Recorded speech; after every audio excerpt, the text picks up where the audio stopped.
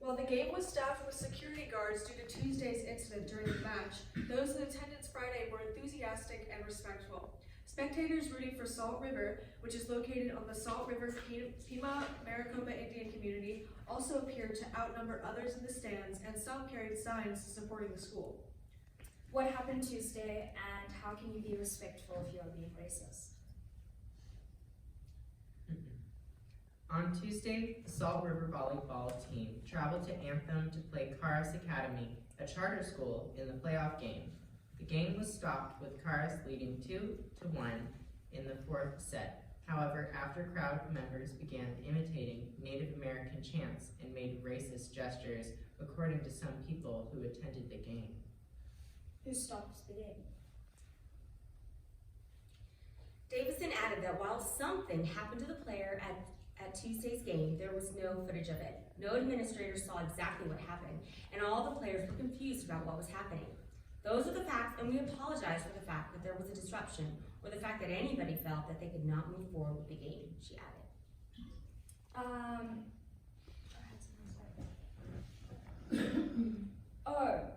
How do they not know that something happened when girls were visibly crying on the field, and also how were the administrators confused about what happened when they could hear it? Students casting ballots doubled from 2014 to 2018, a potential boon to Democrats. But in Texas and elsewhere, Republicans are erecting roadblocks to the polls. Austin, Texas. At Austin Community College, civics is an unwritten part of the curriculum. So much so that for years, the school has tapped its own funds to set up temporary early voting sites on 9 of its 11 campuses. No more, however. This spring, the Texas legislature outlawed polling places that did not stay open for the entire 12-day early voting period. When the state's elections take place in 3 weeks, those 9 sites, which logged many of the nearly 14,000 ballots that full-time students cast last year, will be shuttered. It was a beautiful thing. A lot of people out there in those long lines, said Grant Lovelace, a 20-year-old majoring in psychology and political science who voted last November at a campus in central Austin. It would hurt a lot of students if you take those polling places away. And now, we are heading down to the field with Ty and Gabe, and they're talking about race. What do you have to say? Well, Black and brown folks across the country and around the world are constantly being reminded that death could be lurking around the corner. How interesting. What do you have to say about that? A Salt River volleyball team was pulled from a playoff match Tuesday evening for safety concerns after the crowd reportedly heckled the players with racial gestures and slurs. How horrible! Watching how easily some people consume and share media depicting the pain and death of Black and brown people, particularly our children who've lost their lives too soon, and as a result of racism, makes me wonder if people understand the history of racialized violence in the United States, or if they even care that our children are being so objectified. Wow, how profound of you to say that. And when the Salt River High School parents spoke to officials about the slurs and gestures, Andrew said that the matter wasn't even taken seriously. Game attendees were shown an incomplete story of Emmett Till. They were flashed a picture of a Black child being used as a prop for the sake of wokeness. They viewed the dehumanization of a child in real time during a baseball game. Wow, thank you for sharing. There is no reason to be called a savage in today's world. I mean that behavior in general is just inappropriate. There's no other way to describe it.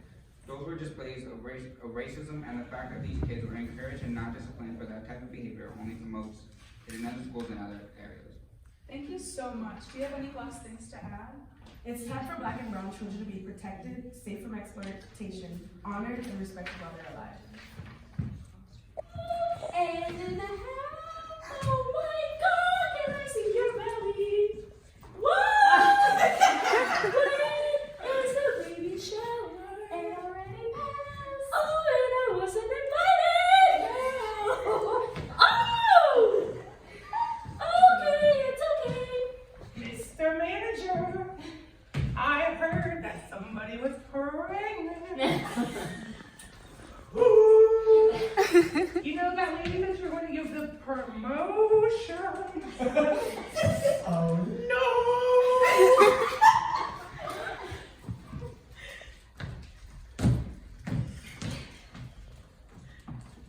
I need to talk to you. Oh no!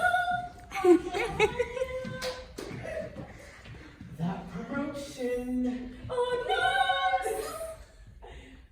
You're not getting it. Oh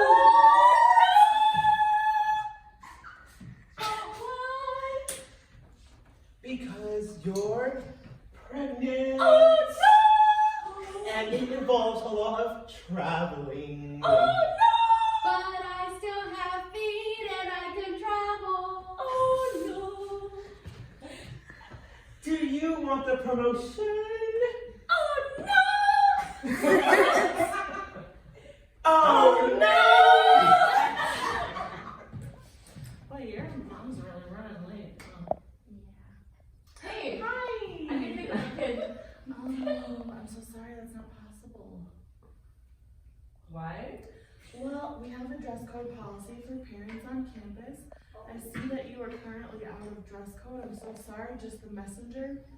Gonna have to ask you to go back, get into dress code, and come on back to pick up your kiddo.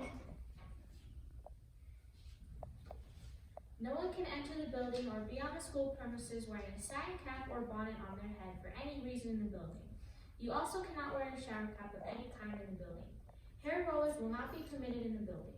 Pajamas of any kind will not be permitted in the building, along with house shoes or any other attire that could possibly be pajamas, underwear, or homesteading wear, such as flannel pajamas. Jeans that are torn from the behind to all the way down and showing lots of skin will not be permitted in the building or the premises. Leggings that are showing your bottom and where your body is not covered from the front or the back will not be permitted in the building and on the premises. Wearing low-cut tops or revealing tops so you can see your bust will not be permitted in the building or on the premises. Sagging pants, shorts, jeans will not be permitted in the building and on the premises. Men wearing undershirts will not be permitted in the building. Shorts that are up to your behind will not be permitted on the premises and in the building.